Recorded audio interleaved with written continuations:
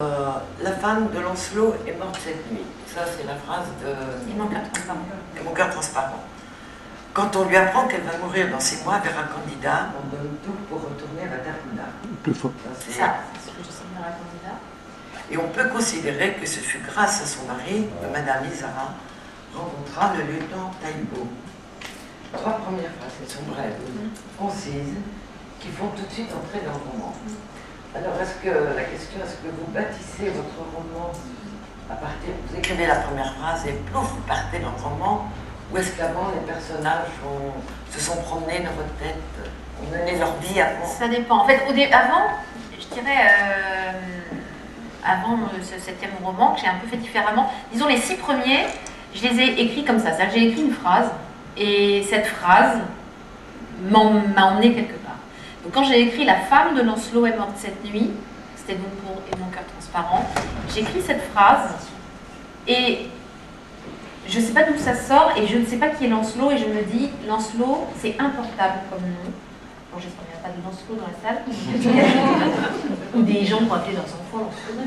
Et j'écris cette phrase, et je me dis « C'est impossible », et en même temps, le jeu, c'est de garder le nom qui est venu.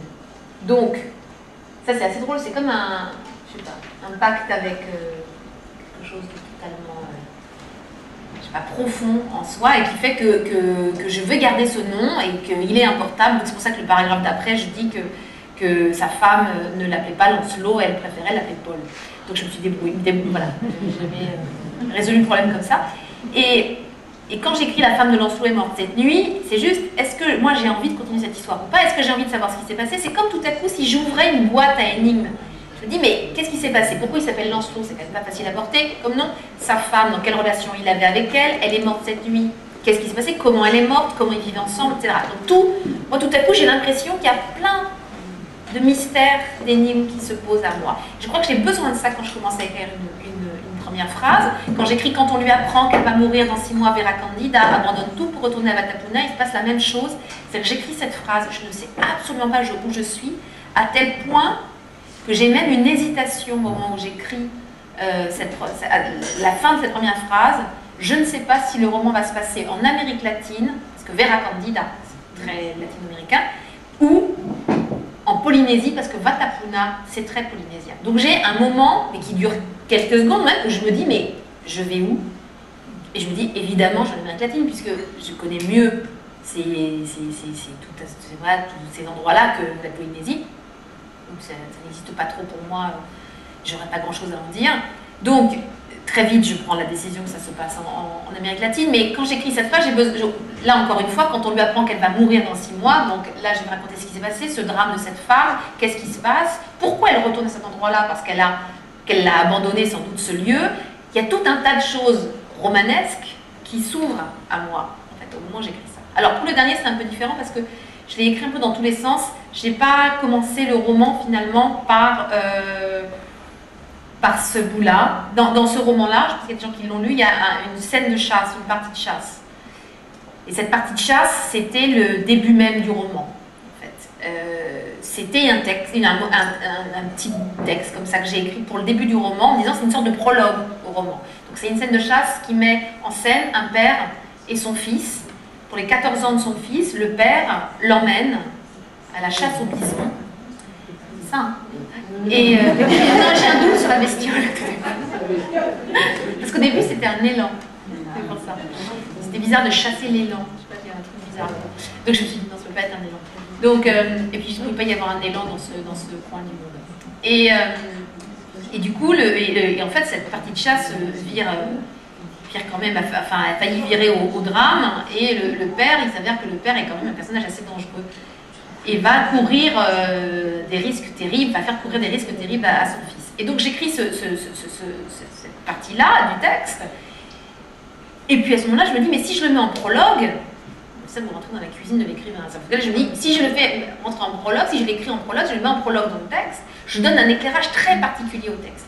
Je dis quelque chose des relations entre les pères et les fils, je dis quelque chose de la violence de ces relations-là. Est-ce que j'ai envie que tout le roman soit lu sous cette, je sais pas, non, par cette lorgnette-là? Je ne suis pas sûre de ça. Donc je me dis non, je vais le déplacer. Et donc c'est pour ça qu'après, finalement, c'était pas réellement la première phrase du texte, celle qui a été écrite là, mais au fond, elle me permet quand même la même chose que les autres, c'est-à-dire qu'elle me permet de rentrer de plein pied tout de suite dans du romanesque. Je crois que je ne pourrais pas écrire une première phrase qui serait juste une phrase assez contemplative, disant, je sais pas, ce jour-là, il y avait un peu de Mistral et tout le monde se demandait quand il s'arrêterait. Je ne pourrais pas faire un truc comme ça parce qu'en fait, ça serait trop... je ne serais pas assez dans une espèce de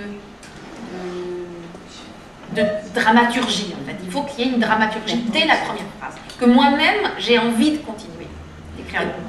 Du coup, je reviens à cette scène de chasse. Du coup, elle est étrange au milieu du roman. Cette scène entre mecs, violente. Elle détonne au milieu des falbalas et des soirées de vidam. On se demande quel sens vous avez voulu lui donner. C'est très important qu'il y ait une scène justement très masculine. Oui. Parce que déjà, je voulais écrire cette scène-là, qu'elle se passe entre deux hommes, que ce soit une scène plus sèche aussi dans sa écriture. C'est une scène où il y a juste... C'est pas des dialogues, il y a juste des personnages qui parlent, le père et le fils, et qui ne se répondent jamais. Le fils demande au père des choses sur cette partie de chasse, parce qu'en fait, il suit son père dans la neige, et il lui dit, mais est-ce qu'on n'aurait pas dû prendre des chiens? Le père ne répond jamais. Mais est-ce que tu crois qu'on peut marcher sur le lac? Le père ne répond pas. Donc c'est l'impossibilité qu'ils ont de se parler. Et donc cette scène-là, elle a une écriture légèrement différente du reste du roman, mais ça me semblait très important qu'elle soit incluse au milieu du roman, comme une espèce de pièce de puzzle nécessaire qui fait tout tenir et qui explique beaucoup de choses évidemment sur la façon dont des personnages peuvent se comporter par ailleurs. Et c'était, oui, je dirais même que c'est la scène fondamentale du roman. Et il faut qu'elle soit un peu différente, évidemment, qu'elle ait un ton différent pour que...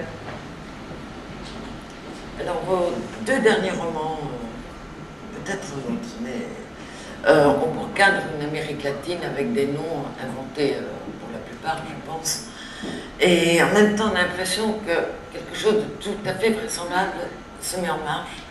Et tout en gardant quand même une certaine étrangeté due au nom, ce qui donne d'ailleurs cet air d'étrangeté à tous vos romans. Est-ce que vous avez besoin de ces lieux imaginaires pour construire quelque chose? En fait, tous mes romans se passent dans des lieux imaginaires. Est-ce que ça donne une plus grande liberté d'écriture? Oui, en fait, ça rend libre. Alors, si ce ne sont pas des lieux imaginaires, en tout cas, ce sont des lieux que je vais... me permettre de totalement reconstruire. Par exemple, mon deuxième roman se passait au pôle, à Cookjuak, qui est une île qui existe au pôle. Mais évidemment, évidemment si, j'aurais pu y aller, mais je n'y suis pas allée, et je n'avais aucune envie d'y aller. Et, parce que le problème n'était pas d'y aller, le problème c'était de raconter quelque chose qui se passait là-bas. Et d'inventer des coutumes, d'inventer tout un tas de choses qui se passaient là-bas. Et quand je parle de l'Amérique latine, je n'ai pas envie de parler de Mexico DF, je n'ai pas envie de parler je sais pas, de Santiago, parce que sinon, là, je me retrouve dans quelque chose où j'aurais besoin d'être documentée, en quelque sorte.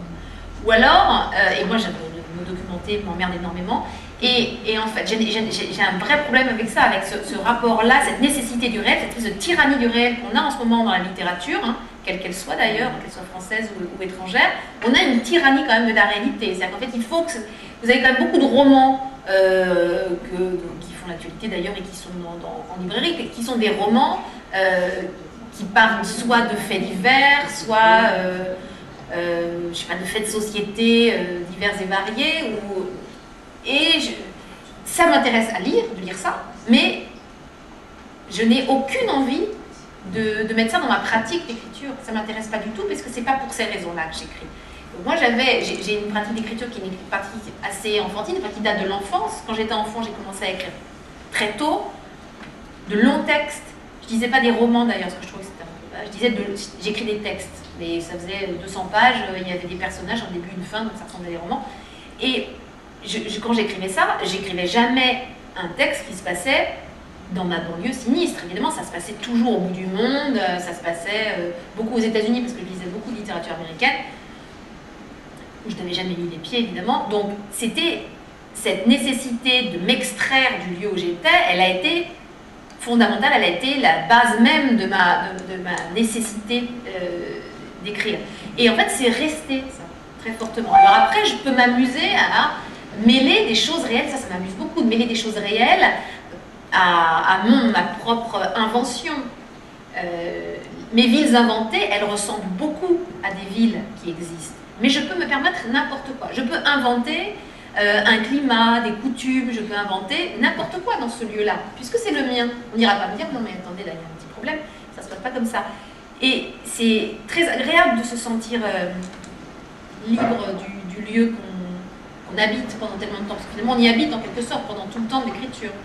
Alors là, j'écris un roman où il y a des lieux qui existent vraiment et des lieux qui n'existent pas du tout en ce moment. Et en fait, j'aime bien ce mélange-là. Par exemple, dans Des vies d'oiseaux, il y a tout un tas de choses. Ça se passe en Amérique latine, on ne sait pas exactement quel pays d'Amérique latine.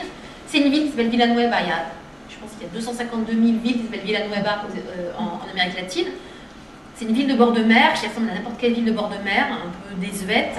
Et en même temps, je mets plein d'éléments temporels qui sont des vrais éléments. C'est-à-dire que la mer, par exemple, je dis que toute sa vie à elle, à Vida, le personnage du texte, toute sa vie est, disons, comment dire, ponctuée par les événements qui sont dans la vie de sa fille. Donc, et puis le reste du monde ne vit qu'au rythme de sa fille. C'est-à-dire qu'en fait, elle ne voit plus que les choses qu'à travers la vie de sa fille. C'est-à-dire qu'en fait, elle va dire que le jour des 10 ans de sa fille, je ne sais plus ce que je mets, le jour des 10 ans de sa fille, il y a l'explosion de Tchernobyl. Il y a tout un tas d'éléments comme ça, il y a le tremblement de terre de Mexico, etc. Et donc, ajouter des éléments extrêmement réels, avec une chronologie très précise de tout ça, et puis une géographie très précise des lieux, c'est extrêmement agréable parce que vous avez l'impression vraiment de construire un monde à vous. Il y a tout à coup une petite enclave, un lieu qui est chez moi, qui m'appartient, dans lequel je peux aussi inventer ce que je veux. C'est très agréable. J'adore.